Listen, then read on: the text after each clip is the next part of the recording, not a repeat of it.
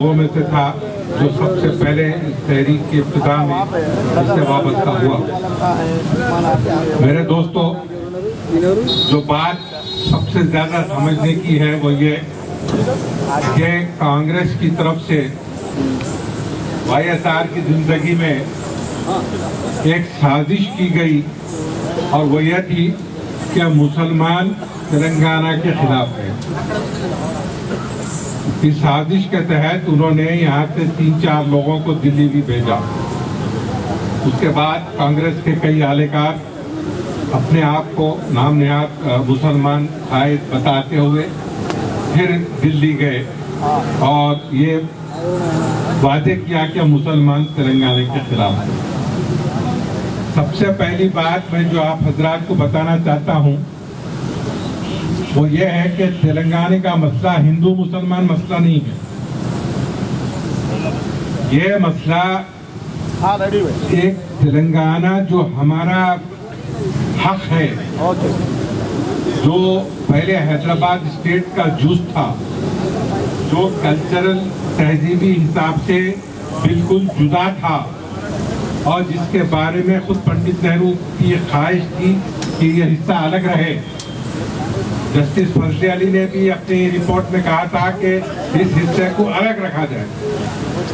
तो असल में ये जो तेलंगाना का झगड़ा है वो हमारी तहजीब का झगड़ा है। ये बात याद रखिए अच्छी तरीके से, ना ये हिंदू का झगड़ा है ना मुसलमान का झगड़ा है, ये हमारी तहजीब का झगड़ा है। इसका कल्चर बिल्कुल अलग है और ये बात मैं फख्र से कहता हूँ कि इस हिस्से तेलंगाना पे हमारे यहाँ पर आ रहे हैं असलाफ की प्रोग्राम को कामयाब बनाने के लिए तकरीबन निशानियाँ मौजूद हैं। ये तेलंगाना को हमारे असलाफ ने पहचा है और इस बाग तेलंगाना को उन्होंने लगाया है। इस बात से कोई इनकार नहीं कर सकता। तेलंगाना पे उर्दू तहजीब का बड़ा वाज़ेह असर है। हत्ता कि हिंदुस्तान में शायद ही कोई रियासत है जहाँ पर उर्दू बोलने वालों का इतना असर जितना तेलंगाना पर। तो ये जो झगड़ा है तेलंगाना का, वो झगड़ा हमारी तहजीब का झगड़ा है और ये हमारी तहजीब को गुज़िश्ता 60 साल में खत्म किया गया। धीरे धीरे उर्दू मदरसों को खत्म किया गया। धीरे धीरे पार्टीशन के बाद 56 में जब आंध्रा बना तो तेलंगाना के अंदर मुसलमान तकरीबन 40% गवर्नमेंट सर्वेंट का हिस्सा थे और आज जाकर 1% के लगभग हो गए। तो ये सब सोचे समझे मंसूबे के तहत किया गया और ये करने वाले सबके सब आंध्रा के थे। इसके बारे में कोई इनकार नहीं किया। अब मेरे दोस्तों, जो बात इसके बाद समझने की है कि वो एक बाकायदा प्रोपेगेंडा किया जा रहा है कि तेलंगाना को आंध्रा वालों ने डेवलप किया है। यह बहुत बड़ा फ्रॉड है। ये बहुत बड़ा फ्रॉड है। जो भी डेवलपमेंट हुआ आप अंदाजा लगाइए, हाई कोर्ट, उस्मानिया हॉस्पिटल, सिकंदराबाद का गांधी हॉस्पिटल, ये सब तेलंगाना के लोगों ने किया। इसके बाद से इनका जो डेवलपमेंट रहा वो डेवलपमेंट सिर्फ पैसे की हिर्स की खातिर रहा। इन्होंने तिजारत की। वो हॉस्पिटल बनाए जहाँ गरीब लोग इलाज नहीं कर सकते, वो घर बनाए जो गरीब आवाम तेलंगाना के खरीद नहीं सकते। तो क्या डेवलपमेंट। और जहाँ तक के मुसलमानों का ताल्लुक है, तेलुगु ना जानने की बिना पर हजारों लोगों को इन लोगों ने 1 महीने की नोटिस पर निकाला है। तेलंगाना तारीख शायद है इस बार। तो ये हकीकत में ये मसला ये है कि तेलंगाना के लोगों को तेलंगाना को उनके साथ इंसाफ होना चाहिए। मुसलमान तेलंगाना का एक जूस है। मैं हमेशा ये बात कहता हूँ, आंध्रा का मुसलमान आंध्रा के साथ, रायलसीमा का मुसलमान रायलसीमा के साथ, तेलंगाना का मुसलमान तेलंगाना के साथ। बात साफ है और हम किसी से पीछे नहीं है। क्योंकि ये झगड़ा असल में हमारे असलाफ की तहजीब का झगड़ा है। हम कैसे पीछे रहते हैं, निजामाबाद, करीमनगर, महबूबनगर, ये सारे शहर किसने आबाद किया? इनके नाम किसने रखे हैं मेरे दोस्तों? तो इन चीजों की बात, अब यहाँ पर मेरे पेशरों ने कहा कि हमारा हिस्सा, हमारा हक, तो बहरहाल मिलना ही चाहिए। और जहाँ तक के तेलंगाना का ताल्लुक है, मुझे यकीन है कि यह रियासत ऐसी रहेगी जहाँ पर ऐसे दवाखाने होंगे, हॉस्पिटल जहाँ गरीब इलाज करा सके, ऐसे मदरसे होंगे जहाँ गरीब पढ़ा सकेंगे। मेरे केसीआर ने कहा कि यहाँ सारा एजुकेशन फ्री होगा। गरीब लोगों की, बिलखुसूस गरीब मुसलमानों की और पिछड़े तबकात की, उनके घर का, उनके हाउसिंग के प्रॉब्लम सॉल्व होना चाहिए। मेरे दोस्तों, इन सब चीजों के बाद मैं ये वादे करना चाहता हूँ कि मुसलमान तेलंगाना का जुज है, तेलंगाना का मुसलमान तेलंगाना के साथ है।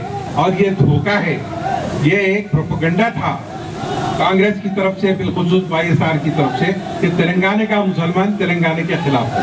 ये फ्रॉड है। उन्होंने चंद लोगों को इस्तेमाल किया, उसके बाद जब वो साजिश फेल हुई तो उन्होंने ये शुरू किया कि हैदराबाद को अलग किया जाए, तेलंगाना को अलग किया जाए। आज जो हैदराबाद को अलग करने का नारा लगा रहे थे, आज अल्लाह के फजल से वो खामोश हो गए। और ये खामोशी महज इस वजह से हुई कि तेलंगाना का मुसलमान, बिलखुसूस अजला का मुसलमान, खुले आम ये वाजे कर दिया है कि वो तेलंगाना चाहता है और तेलंगाना के हक।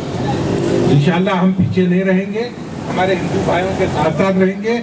उनको किसी किस्म का शक और शुबा हम पे नहीं करना चाहिए। हम उतने ही तेलंगाना की जद्दोजहद में शामिल है जितना कि वो लोग शामिल हैं, और ये जद्दोजहद आगे चलेगी। हम लोग कहते हैं कि कांग्रेस के डिसीजन का इंतजार है, लोगों ये गलत है। इंतजार तो तेलंगाना का है। अगर कांग्रेस तेलंगाना नहीं देती है तो क्या ये एहतजा और ये एजिटेशन खत्म हो जाएगा? हत्ता ही नहीं खत्म होगा। ये उस वक्त तक जारी रहेगा जब तक कि तेलंगाना हमें दिया जाए। दूसरी बात, और शायद मेरी आखिरी बात यह है कि अखबारों में आया कि तेलंगाना के चंद एमएलए उनको रुश्वत दी गई। पता नहीं ये बात सच है या झूठ, ऐसा जानता है, हम तो नहीं जानते।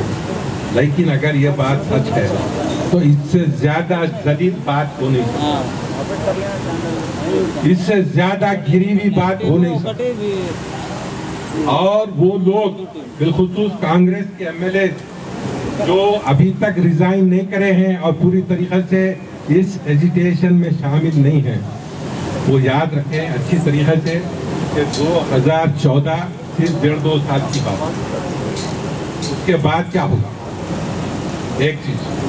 दूसरी चीज, अगर तेलंगाना के फॉर्मेशन में अगर देर हो रही है तो सिर्फ और सिर्फ ये तेलंगाना के कांग्रेस के एमएलओ की वजह से। अगर ये रिजाइन करते हैं और ये हुकूमत गिरती है, आप यकीन कर लीजिए तेलंगाना बहुत जल्द होगा।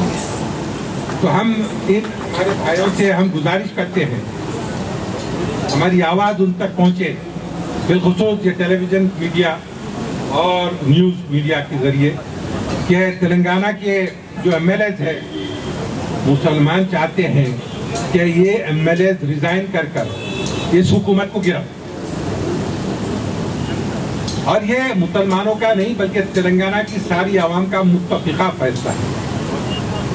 और जो लोग रुश्वत ले रहे हैं, पता नहीं सच है या झूठ, खुदा करे ये झूठ रहे बात, ये याद रहे कि ये वो जलील हरकत है जिससे तेलंगाना की इज्जत और बेइज्जती हो रही है, जिससे तेलंगाना की आवाम की बेइज्जती हो रही है, आपकी और मेरी बेइज्जती हो रही है। और इन जलीलों को कभी बर्दाश्त नहीं किया जाएगा। इंशाअल्लाह इलेक्शन में इनका चुन चुन कर इंतखाब लेना आपका और हमारा फरीज़ा। मैं इन अल्फाज के साथ अपनी तकरीर के अख्ताम पर पहुंच जाता हूं। आप सब हजरात का शुक्रिया अदा करता हूं। इंशाअल्लाह ताला उम्मीद है कि अनकरीब तेलंगाना जरूर बन जाएगा।